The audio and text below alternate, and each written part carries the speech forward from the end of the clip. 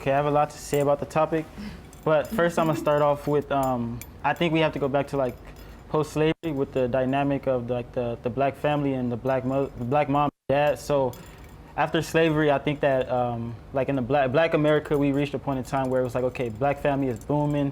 You got wife, you got husband, and then the 1960s, 70s came around where they introduced drugs, and they basically institutionalized black men. So they took black men out of homes, and once you did that, it kind of messed up the dynamic of families and relationships. So if you take the dad out, then you got mom, and you got mom trying to raise a son, you got mom trying to raise a daughter, but there's no dad. So you're missing that structure of kind of the masculinity of it.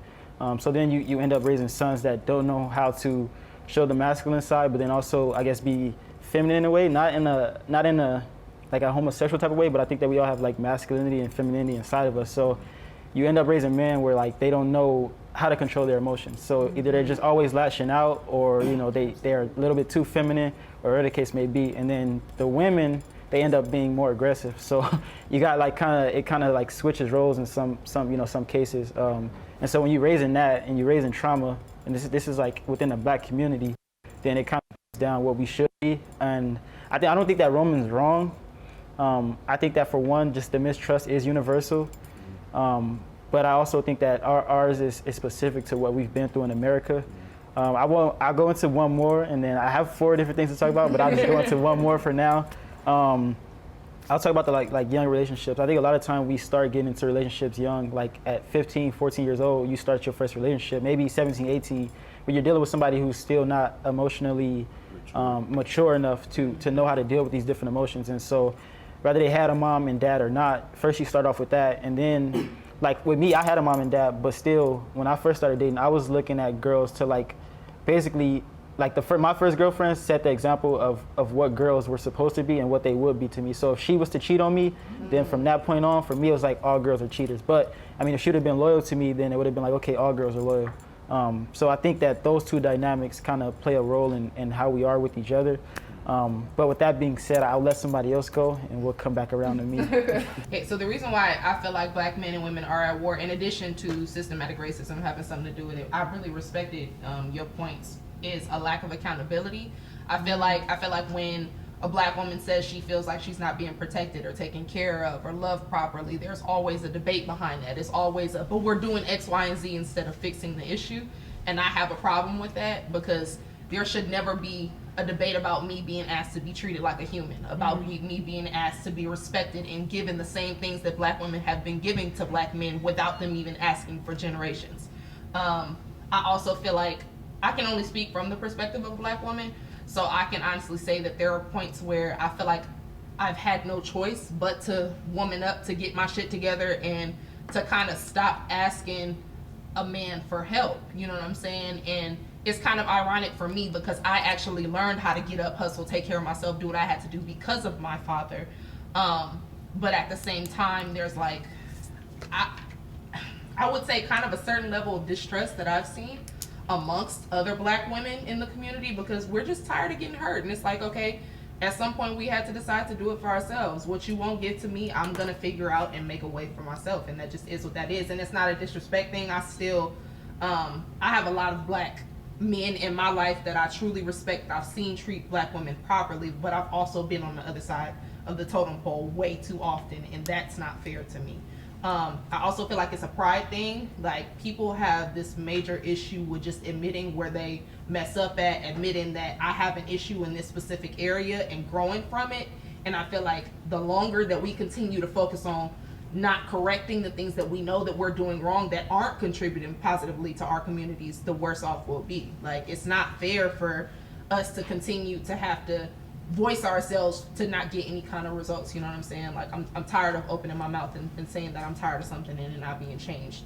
And when it comes down to a black man, I feel like black men are tired of, so us being bitter as a result of how we've been treated has a lot to do with now why black men feel like, okay, well, y'all rude, y'all disrespectful, y'all got attitudes all the time. But it's like, neither side is right, because at some point we have to choose to heal from that and move forward and realize that there are black men out there that are willing to take care of us. But at the same time, I feel like the black man has to understand the trauma that we've suffered, and that at some point we had to protect ourselves and build some kind of barrier, you know?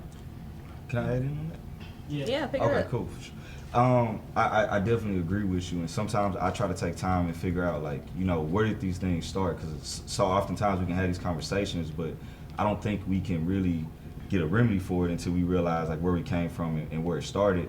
And one thing I was kind of thinking about having conversations with individuals like ourselves was a lot of black men, especially go back, you know, further in time, probably our grandfathers and great grandfathers, they felt like they weren't seen, they weren't heard, and they were fighting to make their own names and stuff and provide for families at a time when maybe the women weren't working. And what can imagine is having a black man fighting a war against the world and not feeling valued.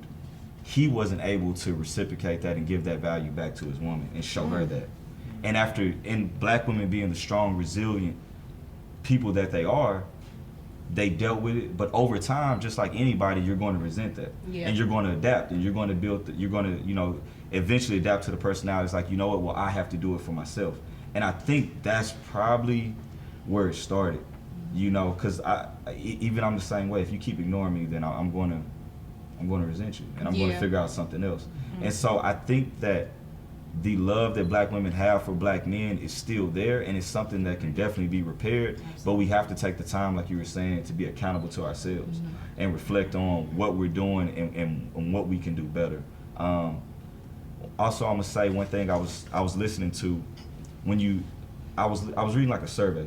It was like a survey I was reading for a class I was doing, and it said that seven out of 10 black women have been physically or sexually assaulted at some point in their lives. That's a significant amount, right? 7 out of 10. And they said that 9 out of 10 of those black women were assaulted by a black man. So that's not to say a black man is the issue, but a lot of times, so that means 9 out of 10 black men have 9 out of 10 black women have assaulted a woman at a time. 9 out of 10 black women have been assaulted by a black man at one point in their lives. So that means that it's probably a lot more of us that are part of the problem than we realize. Because we always like think we have this conversation. It's like, well, it's not me, it's not you, But if it's that many women, it's like, well, we need to start looking at ourselves. We need to start looking at our brothers. We need to start looking at our partner. You know, and start to kind of see what we're actually doing and how we're affecting. Because one thing I do know is that a black woman will love and respect and will follow a black man if he shows her, not tells her, if he shows her that example. I agree 100%. So we need to start to do that work, to look at ourselves and hold ourselves accountable as men. And I think that we'll start to see the change in the women that we want to see if we do it ourselves. Who wants to pick that up? I do. All right, we'll let her talk. Go ahead.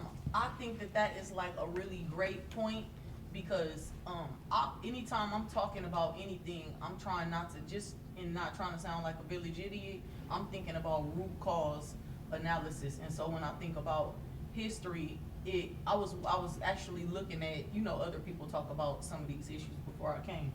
And one thing that they raised was the civil rights movement, and like it being the first time in a long time that black men had gotten to be, you know, viewed as what?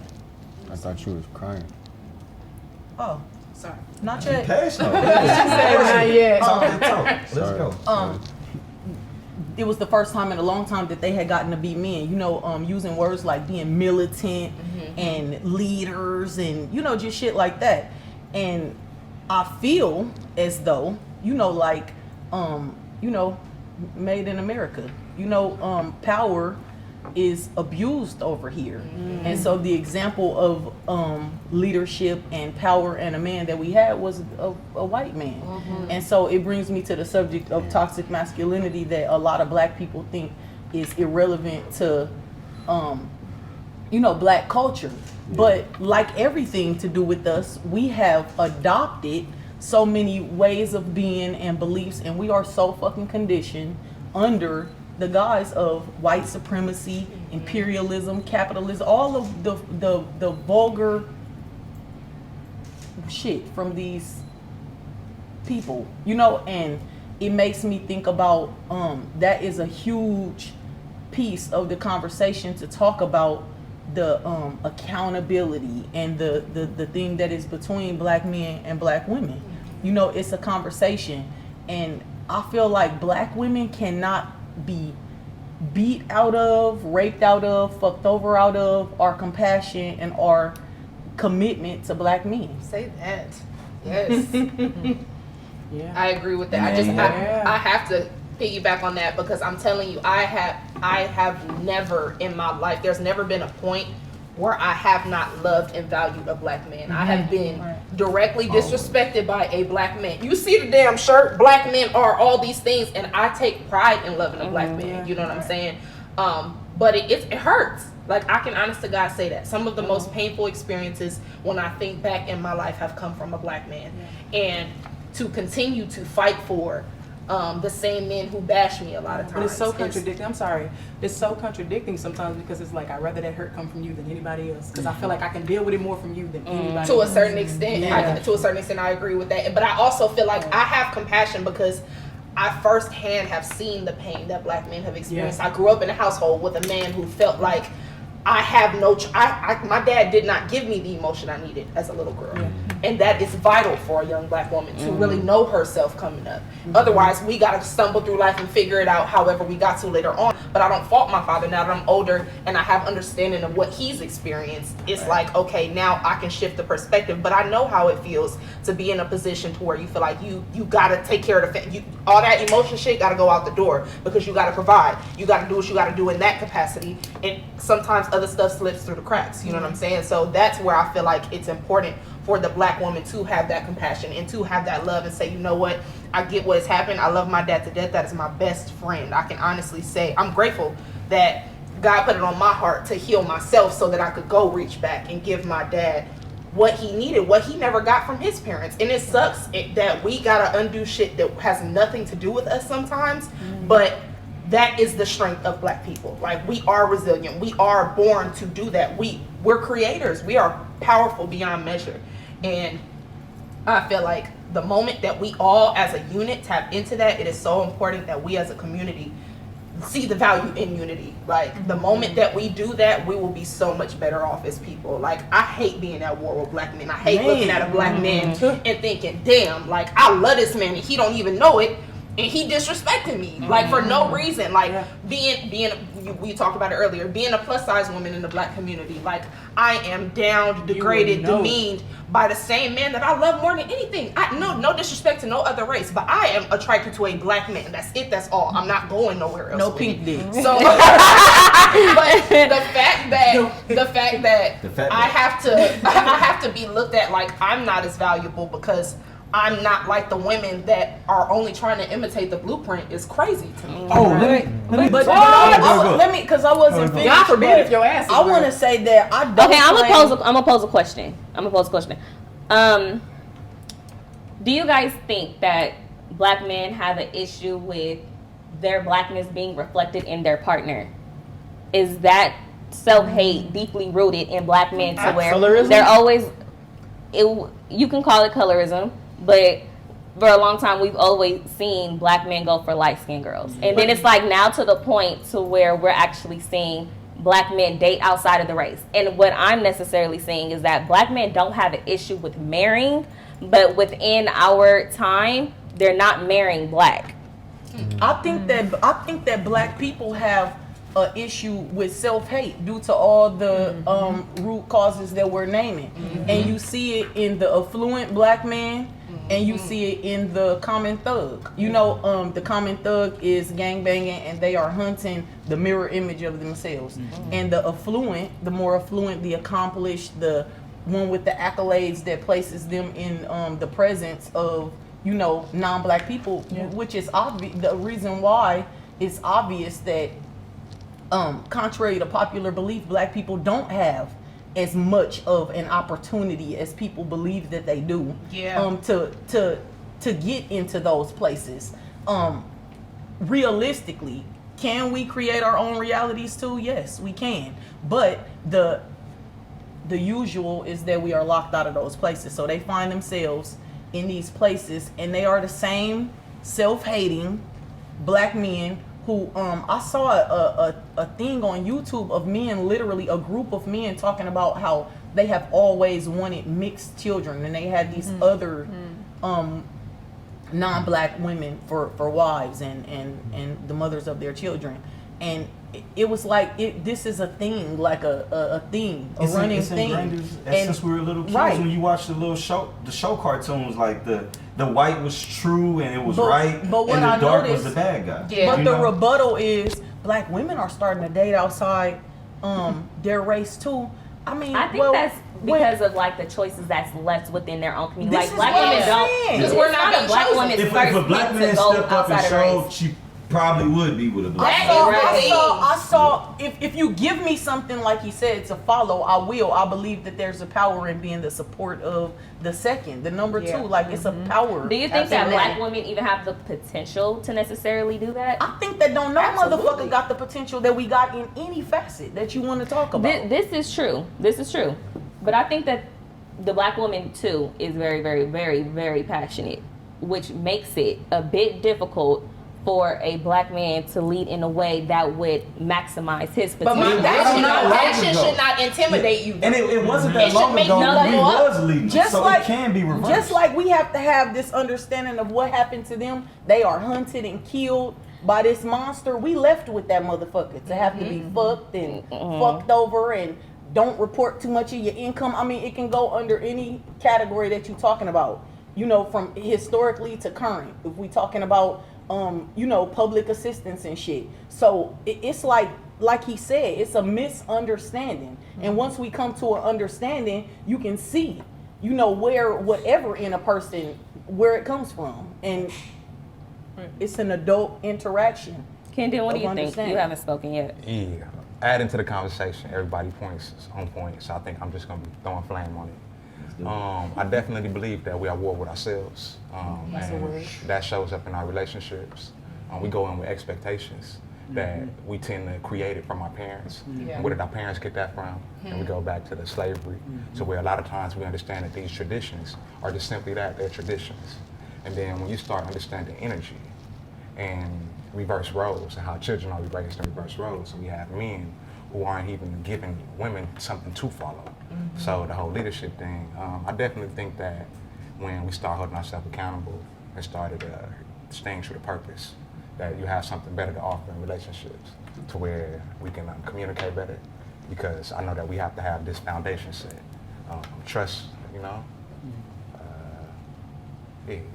Okay. Can I just say something that I would like to see in the black community is a black woman being allowed to be herself, being allowed to love herself openly, being allowed to be a boss, to be all that she can possibly be, and to also be supported while she's supporting you. Because if you give a black woman anything, we're going to take it through the roof beyond anything that you could ever imagine. But we want to know that we have that same thing in return. I can say I've been an aggressive woman my whole life. I'm very sure of myself. I am who I am. And it's not a disrespect to a man at all, because I'm okay with being submissive. But I'm not going to follow you when you don't know where you're going. I'm not going to take a man that does not know how to lead.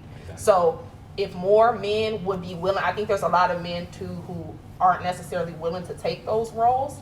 But I give kudos to the men who are, and I think that it's so important that men who think like the men at this table are going out and reaching back and helping their brothers, because it's needed. There is a need for the black man in the household. I would never in a million years try to take the place that a black man holds in a child's life, in anybody's life. Like, those things are a necessity, but at the same time, we have to help and teach each other so that we can cultivate better relationships in our community.